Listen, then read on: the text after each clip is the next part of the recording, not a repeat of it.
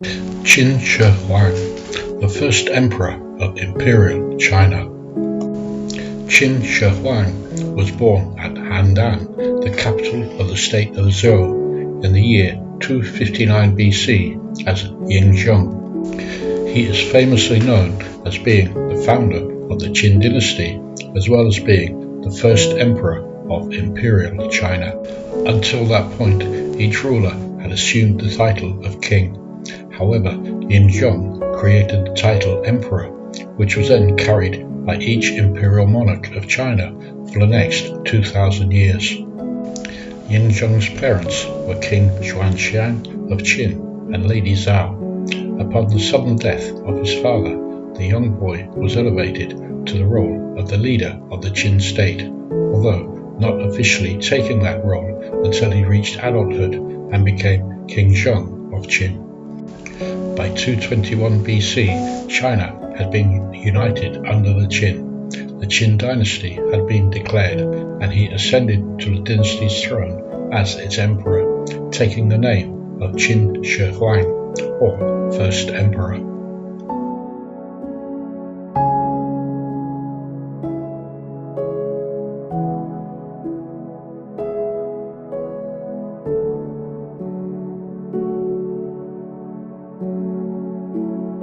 The early part of his reign saw the expansion of his realm, with the southern lands of what is today Hunan, Guangdong, and Fujian coming under his control. To the north, the nomadic tribes of Xiongnu were eventually quelled, although those territories were later lost. Other achievements included major economic and political reforms, which led to the standardization of weights and measures, among others.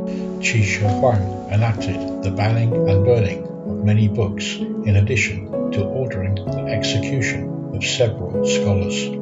Public works achievements include incorporating several defensive walls into a single wall, which was the early stages of what became the Great Wall of China. A new national system of roads and a city-sized mausoleum guarded by life-size figures that are known today as the Terracotta Army. Often portrayed as a tyrant and strict legally, most of his criticism comes from the Han dynasty that succeeded that of the Qin. In recent years, scholars have been questioning the views taken by the Han dynasty and considering that the views and policies undertaken by Qin Shi Huang were considerable achievements, particularly so as subsequent dynasties followed many of his policies and reforms. Reforms that were enacted up until 1911, when Imperial China came to an abrupt end.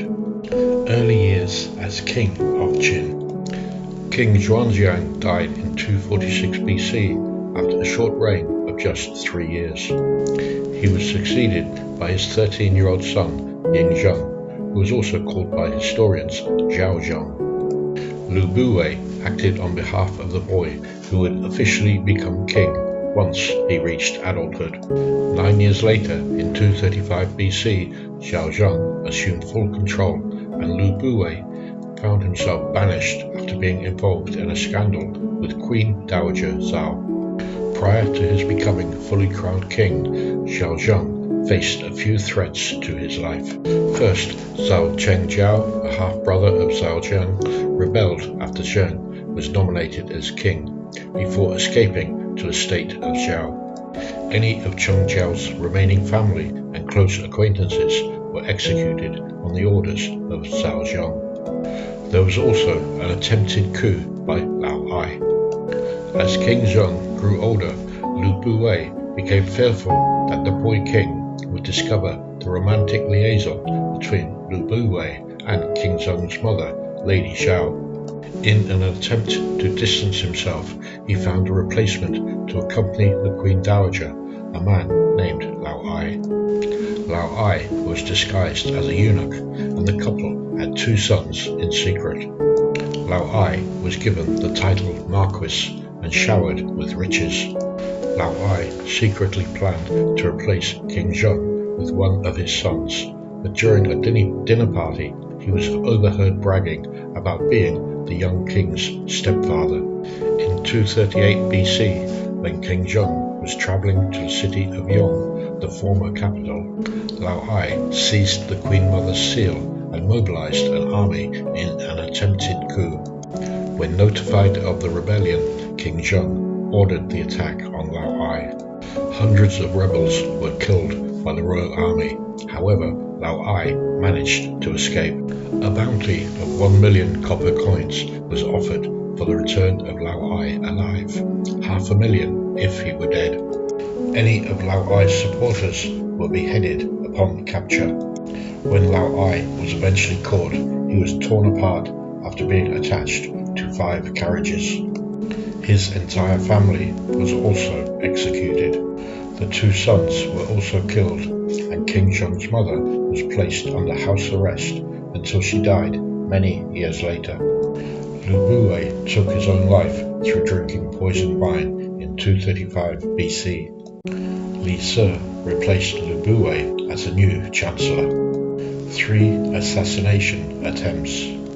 King Zheng survived 3 assassination attempts, 2 occurring during the final years of the state of Qin. The first of these occurred when Crown Prince Dan of Yan recruited Jin Ke and Qin Shi Huang in a plot to kill King Zheng in 227 BC. The would-be assassins gained an invite on the premise of presenting a diplomatic gift: a map of Dukan and the severed head of Fan Wuji.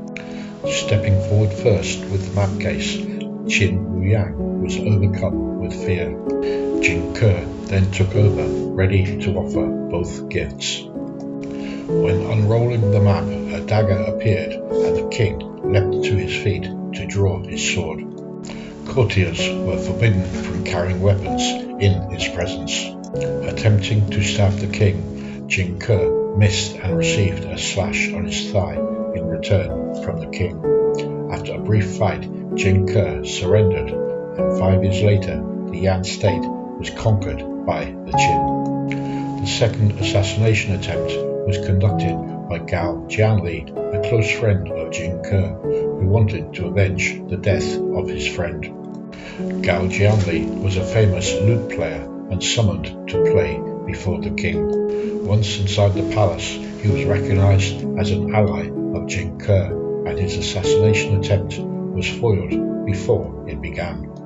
Not wanting to kill such a talented musician, the king ordered that Gao Jianli be blinded before commencing with his musical performance. The lute had been weighted with a slab of lead, and when invited to play close to the king, Gao Jianli swung the lute at the king, but missed.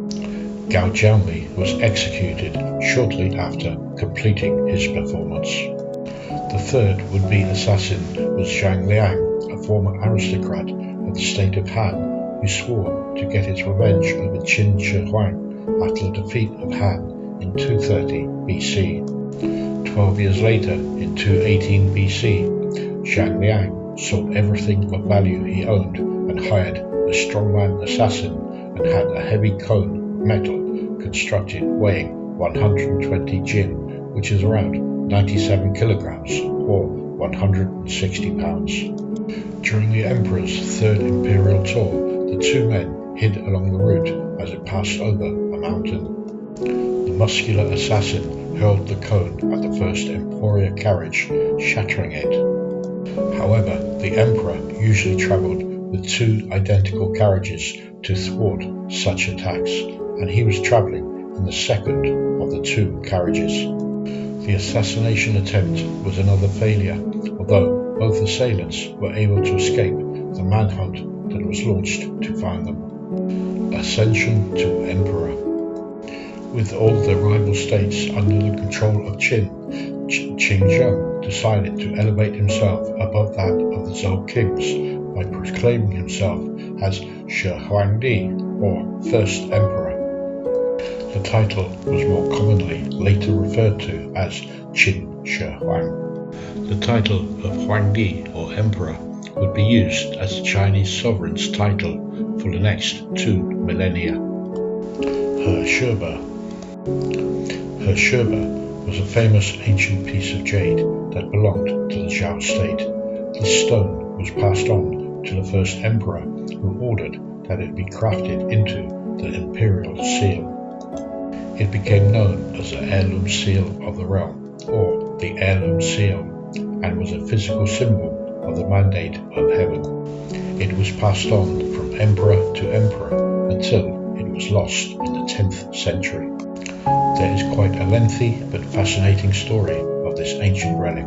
If you would like to know more, leave a comment and I will make a video on this if anyone shows interest in this. Administrative reforms. One of the biggest reforms introduced by Qin Shi Huang through his Prime Minister Li Shi was to abolish the feudal system and replace it with an organized system that was effectively run by people appointed due to their being capable to complete the tasks they were assigned to do. The empire was organized into administrative units and subunits. First, there were 36, later 40 commanderies, known in Chinese as Zheng, counties or xian. Townships were known as xiang, and 100 family units were called li. People were no longer referred to or identified as coming from a native region or former feudal state, and were appointed based on their merit and not through hereditary rights. Economic reforms. The standardization of Chinese weights and measures were introduced during this era by Qin Shi Huang and Li Shi, as were the length of chariot axles to help facilitate their usage on roads, with the road network itself being developed, as was a network of canals to improve both trade and communication. Currency was standardized using Banliang coinage. The Chinese script was also unified, and the seal script of the state of Qin became the official standard. Weapon confiscation. One directive when unifying China in 221 BC was to confiscate all weapons from the conquered states. The bronze from those weapons was then cast into 12 monumental statues known as the 12 metal colossi. These statues were used to adorn the royal palace, with each one said to be 5 zhang, 11.5 meters in height, and 1,000 dan, about 70 tons in weight. During the next 600 years, the statues were moved from palace to palace until they were destroyed during the 4th century AD. Unfortunately, no illustrations of these structures have survived the centuries since that time. Philosophy. The period of the warring states, an era of almost constant warfare, was considered the golden age of free thought. However, Qin Shi Huang eliminated the 100 schools of thought that included Confucianism as well as other philosophies. Legalism became the mandatory ideology of the Qin. In 213 BC, the order was given for most existing books to be burned, with the only exceptions being books on astrology, agriculture, medicine, divination, and the history of the Qin.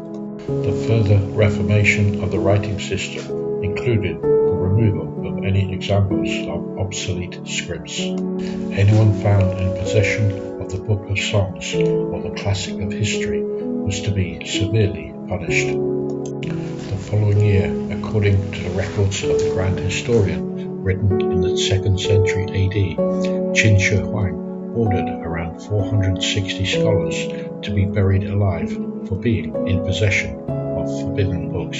The first emperor was criticized by his oldest son, Fusu, for this act. Contrary to the ban, the emperor's personal library retained copies of the banned books. However, most of these were subsequently destroyed when the palaces of Shanyang were burned by Xiang Yu in 206 BC. Another theory followed by the first emperor was that of the 5 elements: fire, water, earth, wood, and metal. It was believed that the previous royal house, the Zhao, had ruled by the power of fire, and that was associated with the color red. So the Qin dynasty must be ruled by the next element on that list, water, which was also the birth element of Qin Shi Huang. Water was represented by the color black, so that became the preferred color for Qin, especially on their garments, flags, and pennants. North was considered the cardinal direction. The preferred season was winter, as well as the number 6. Official hats were to be 15 centimeters long, carriages 2 meters wide, and one pace or bu was measured as being 1.4 meters in length. The Great Wall of China. During the previous 4 centuries prior to the Qin dynasty, there were numerous state walls built. These mainly closed gaps between river defences and impassable cliffs. To impose a system of centralised rule and to prevent the resurgence of feudal lords, the emperor ordered that walls between the former states be destroyed, as they were at that time dividing the empire. However, in an attempt to quell the raids by northern tribes, he ordered new walls to be built to connect the fortifications along his empire's northern frontier. Hundreds of thousands of workers were mobilized. Unfortunately, an unknown number died building this precursor to the current Great Wall. The transportation of building materials was difficult. Often, no more than earthen banks were used in the early construction of the wall. Later, where possible, locally found rock was used in the mountains and rammed earth on the plains. There are no surviving records that specify the length and height along the course of the walls constructed by the Qin, and what was built eroded or was replaced by later dynasties. Lingchu Canal. In 214 BC, the project of building a major canal began. This would allow water transportation from the north of China to the newly acquired territories in the south. The major purpose of the canal was military resupplies. The Lingchu Canal was 34 kilometers in length and linked the 2 major waterways of the Xiang River, which flows into the Yangtze, with the Lijiang, which flows into the Po River.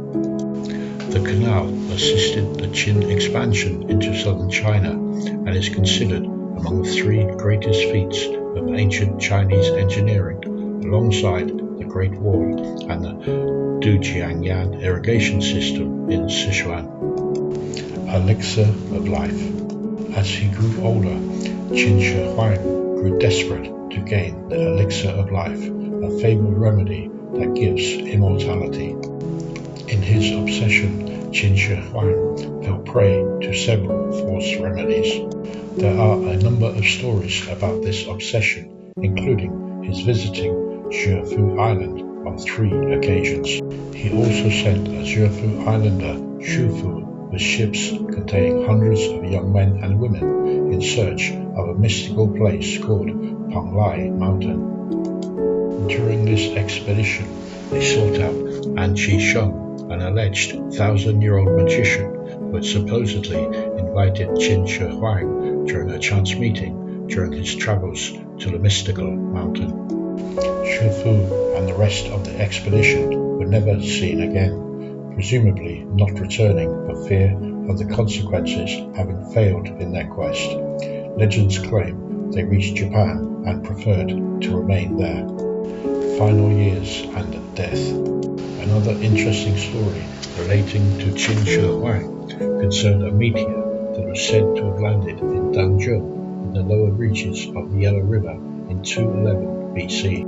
Upon the meteor, someone had inscribed that the first emperor will die and his land will be divided. The emperor sent an imperial secretary to investigate, but nobody would confess to writing the prophecy, so everyone living nearby was put to death and the stone broken into millions of pieces. The next year, during a visit to eastern China, Qin Shi Huang became ill and died in July or August 210 BC. He was 49 years old, and the place of his death in today's Shandong province was around 2 months' travel back to the capital, Xianyang. The exact cause of death was unknown. It may have been the exacting toll of years of rule, but one theory was that he was poisoned by an elixir that contained mercury given to him by his alchemists in his quest for immortality. Succession. Fearing an uprising if news spread of the emperor's death before the royal entourage returned to the capital, Li Se kept news of the death secret. The only people that knew were a younger son, Hu Hai, the eunuch, Zhao, and another 5 or 6 favored eunuchs.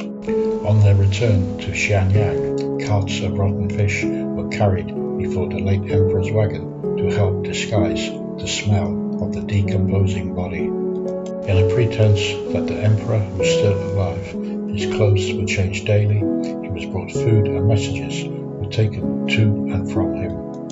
Once they arrived back at the capital, the death of the emperor was quickly announced. Although the oldest son, Fusu, was first in line to succeed his father, Li Se and Zhao conspired to have Fusu killed after forging a letter allegedly from Qin Shi Huang that gave the role of second emperor to the younger son, Hu Hai. Thus Hu Hai began his somewhat brief role as second emperor. He was to be known as Qin Shi, or second generation Qin. The body of the first emperor was finally laid to rest in his mausoleum, the location of which remained unknown for 2,000 years until it was accidentally unearthed by a farmer in the 1970s. Although this video is essentially about the first emperor, his 2 successors held their roles very briefly, so here are their stories that brought about the swift end to the Qin Empire. Qin Shi. Born as Ying Zheng in about 230 BC, he ruled the empire for just 3 years before he was violently removed from power. A weak ruler, he was completely dominated by Li Se and Zhao, the latter forcing the emperor to commit suicide after ordering the execution of Li Se. By the time of his death, the emperor's power had diminished so much that his successor, Ying, ruled as a king and not an emperor. Hu Hai was the 18th and youngest son of Qin Shi Huang and was absolutely doted on by his father. Zhao became the virtual puppet master, with the emperor his puppet. Zhao was cruel and brought lots of suffering on the people, which ultimately saw a vast decline in the Qin Empire. Petty crimes were punished severely, including governors and military commanders for alleged mistakes in their roles. 6 imperial princes were executed, another 3 of the emperor's brothers were imprisoned, later committing suicide after claiming they had not committed any crimes. Zhao virtually confined the emperor to the inner palace, claiming his voice should not be heard and his face not seen. Therefore, any ministers were unable to see the emperor in court. Revolts. Unrest spread throughout the country, with bandits and brigands increasing in number, ready to attack the authority of the Qin. Military leaders delegitimized the rule of the second emperor, and one of the first revolts to occur was 209 BC, Zhuangxiang uprising. This rebellion took place in the former Chu state, and claims arose for restoring the former state.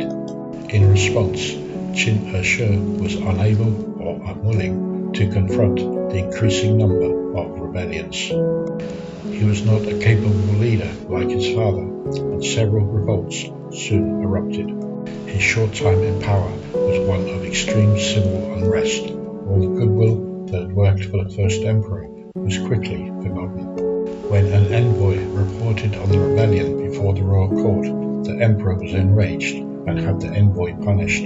This was followed by false reports from other envoys that the rebellion was being quashed and the emperor had no cause for concern.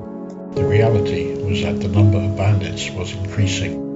The Chancellor Feng Chuqi, Li Se, and General Feng Jie complained that the military could not hold off the revolts. loyalty was questioned, and all three were placed under examination of law officials to see if they were guilty of other crimes.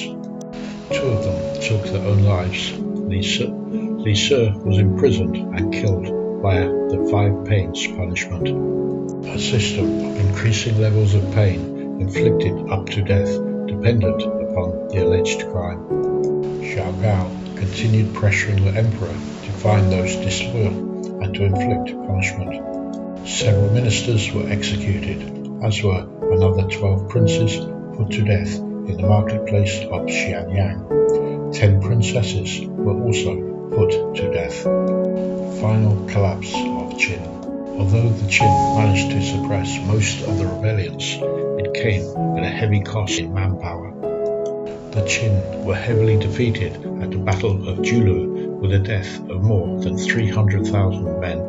Up to that time, Qin Shi had not grasped the severity of the situation, largely due to courtiers fearful of their lives should they tell him the truth. Once he discovered the truth, he asked Zhao why the truth had been hidden from him. Zhao conspired with his loyal soldiers to force the emperor to take his own life, as it was Qin Shi as emperor who decided to execute anyone who tried to tell him the truth. Having ruled for just 3 years of turmoil, Qin Shi was denied a royal tomb and the prestige of his father's final resting place. His grave is marked by a stone close to the Wild Goose Pagoda in the city of what is today Xi'an. Upon the death of the second emperor, Ying Zheng of Qin became the King of Qin, a reduced title.